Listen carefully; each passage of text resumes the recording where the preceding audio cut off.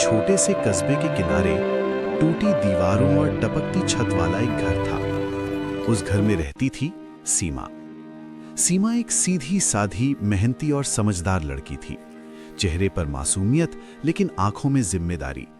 उसके साथ रहते थे उसका पति अमित, सास कौशल्या और उसकी 5 साल की बेटी छोटी परी। घर में पैसे कम थे, लेकिन प्यार बहुत था। सीमा हर दिन सुबह उठकर घर संभालती, खाना बनाती, पानी भरती और सिलाई का काम भी करती। उसकी जिंदगी आसान नहीं थी, लेकिन उसने कभी शिकायत नहीं की। एक दिन सुबह सीमा रसोई में रोटी बना रही थी, तभी अचानक फट, गैस की लौ बुझ गई। सीमा ने चूल्हा देखा, फिर सिलेंडर को हिलाया, लेकिन गैस खत्म हो चुकी थी। सीमा धीरे से, ओह, गैस खत्म हो गई। वो बाहर आई। सीमा, माँ जी, गैस खत्म हो गई है। कौशल्या चिढ़कर, तो क्या मैं भरवाऊं? अमित को बोलो। अमित जल्दी से सिलेंडर उठाकर बाहर चला गया। लेकिन उस दिन पूरे शहर में हड़कंप मचा हुआ था।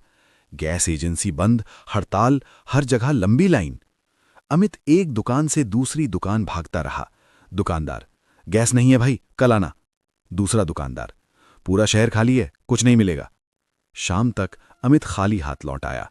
अमित थके हुए, सीमा, कहीं गैस नहीं मिली। सीमा की आंखें झुक गईं।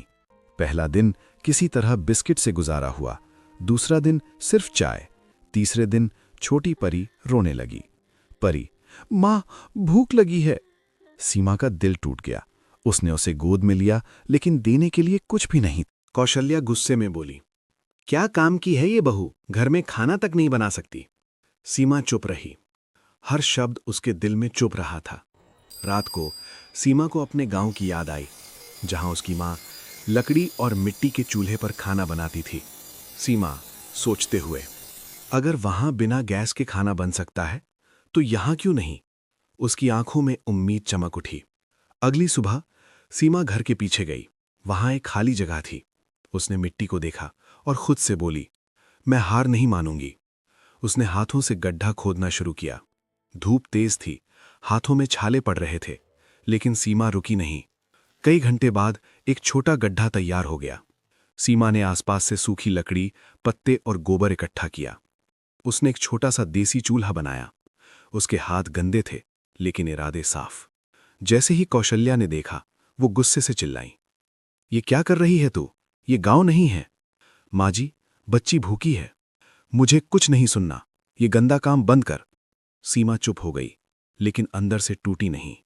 रात को सबके सो जाने के बाद सीमा चुपके से बाहर गई। उसने चूल्हा जलाया।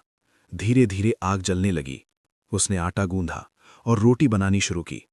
उसकी आंखों में आंसू थे, लेकिन चेहरे पर सुकून। जैसे ही रोटी तैयार हुई, तभी पीछे से आवाज आई, सीमा। कौशल्या खड़ी थी, गुस्से में। तूने मेरी बात नहीं मानी? उसने गुस्से में चूल्हा तोड़ दिया। रोटी जमीन पर गिर गई।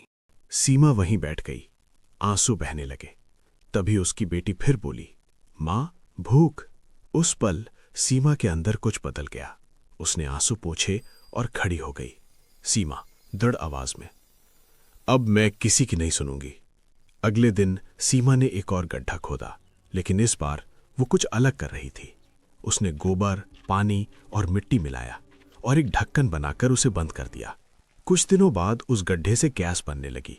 सीमा ने पाइप लगाया और चूल्हे से जोड़ दिया। जैसे ही उसने माचिस जलाई, नीली लौ जल उठी, बिना धुआं, बिल्कुल साफ। सीमा की आंखों में खुशी आ गई। अमित आया, देखकर हैरान रह गया। ये कैसे? सीमा, ये गैस है, लेकिन अपने तरीके से। अमित मुस्कुराया, तुमने कमाल कर दिया सीमा। कौशल्या पहले नाराज थी, लेकिन जब उसने देखा कि खाना साफ है, कोई धुआं नहीं, बच्ची खुश है, तो उसका दिल पिघल गया। धीरे धीरे पूरी बस्ती में यह खबर फैल गई। लोग सीमा के पास आने लगे, हमें भी सिखाओ। सीमा ने सबको सिखाया। कुछ दिनों बाद पूरी बस्ती में चूल्हे जल रहे थे। कोई भूखा नहीं था। कौशल्या ने सीमा को गले लगाया। सीमा अब सिर्फ अपने घर तक सीमित नहीं रही थी। हर दिन सुबह वो जल्दी उठती, अपने घर का काम खत्म करती और फिर निकल पड़ती दूसरों के घरों में उम्मीद जलाने। कभी किसी के आंगन में गड्ढा खोदती, कभी किसी को गोबर और पानी का सही अनुपात समझाती। लोग उसे अब नाम से नहीं, उम्मीद वाली बहू कहने लगे थे। एक दिन पड़ोस में रहने वाली शांति रोती हुई सीमा के पास आई। शांति रोते हुए, सीमा, मेरे घर में 3 दिन से खाना नहीं बना, बच्चे भूखे हैं। सीमा ने बिना एक पल सोचे उसका हाथ पकड़ा। सीमा, चल दीदी, आज से तुम्हारे घर में भी चूल्हा जलेगा। सीमा और शांति दोनों मिलकर गड्ढा खोदने लगी। शांति के हाथ कांप रहे थे, वो थक चुकी थी, लेकिन सीमा ने उसका हौसला बढ़ाया। सीमा, थोड़ा और, बस थोड़ा और। कुछ दिनों बाद शांति के घर में भी पहली बार नीली लौ जली। उसके बच्चे खुशी से चिल्ला उठे, माँ, खाना बन रहा है। शांति की आंखों से आंसू बह निकले। उसने सीमा के पैर पकड़ लिए। शांति, तूने हमें भूख से बचा लिया। धीरे धीरे पूरे इलाके में सीमा की चर्चा होने लगी। कोई उसे समझदार बहू कहता, कोई गांव की इंजीनियर, तो कोई भगवान का रूप। लेकिन सीमा हमेशा मुस्कुराकर कहती, मैं तो बस अपना काम कर रही हूं। लेकिन हर कहानी में एक मोड़ आता है। एक दिन इलाके का एक लालची आदमी धर्मपाल वहां आया। वो गैस सिलेंडर का काला कारोबार करता था।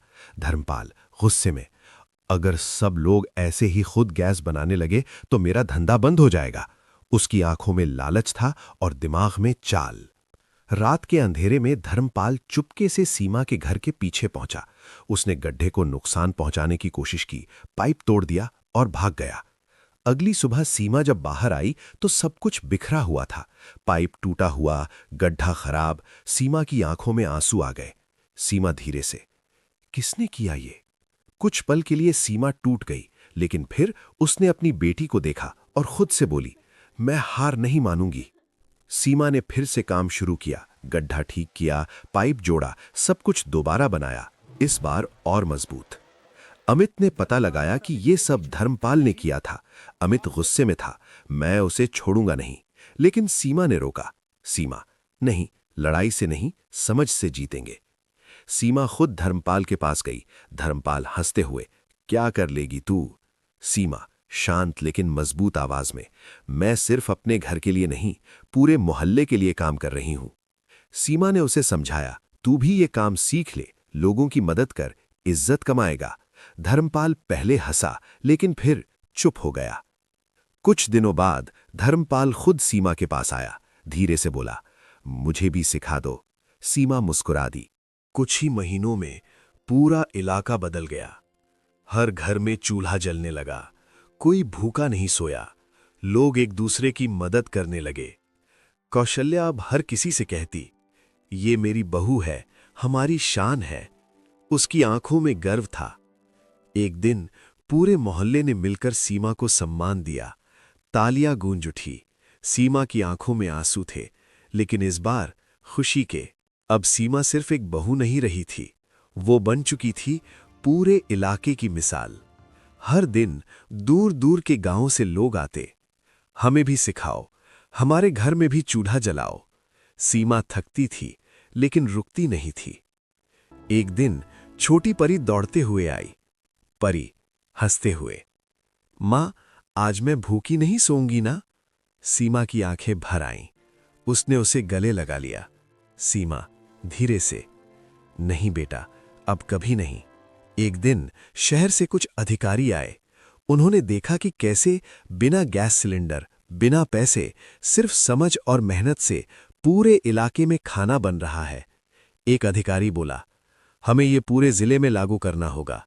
लेकिन सीमा थोड़ी घबरा गई। सीमा धीरे से, मैं इतना बड़ा काम कैसे कर पाऊंगी? अमित उसके पास आया। अमित, तुमने एक घर बचाया, फिर मोहल्ला, अब पूरा शहर भी कर सकती हो।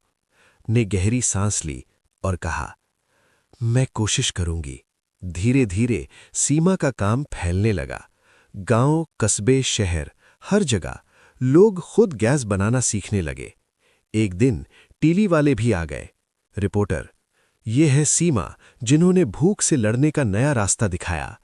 कैमरा उसके चेहरे पर था, लेकिन सीमा सिर्फ मुस्कुरा रही थी। कौशल्या सब देख रही थी, उसकी आंखों में आंसू थे। वो धीरे से बोली, जिसे मैंने गवार कहा था, आज वही हमारी पहचान बन गई। वो सीमा के पास आई और सबके सामने उसे गले लगा लिया।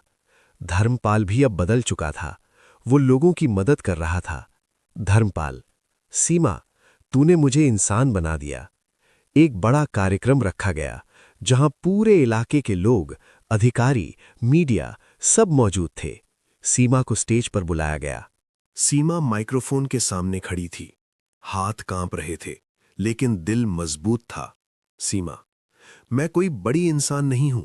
मैं बस एक मां हूं जिसने अपनी बच्ची को भूखा देखा और हार नहीं मानी।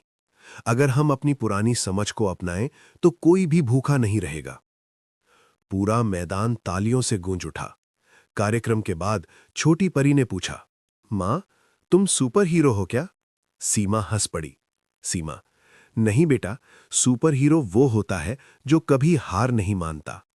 अब हर घर में चूल्हा जलता था, हर बच्चे के चेहरे पर मुस्कान थी, कोई भूखा नहीं सोता था, और ये सब एक मां के हौसले की वजह से हुआ। जब हालात बुरे हो जाएं तो रास्ते खुद बनाने पड़ते हैं, और जो इंसान हार नहीं मानता वही दुनिया बदल देता है। दोस्तों, अगर इस कहानी ने आपके दिल को छू लिया हो तो वीडियो को लाइक जरूर करें, और ऐसी ही दिल छू लेने वाली, सीख देने वाली कहानियों के लिए हमारे चैनल को अभी सब्सक्राइब करें, क्योंकि यहाँ हर कहानी आपको कुछ सिखाकर जाती है। धन्यवाद।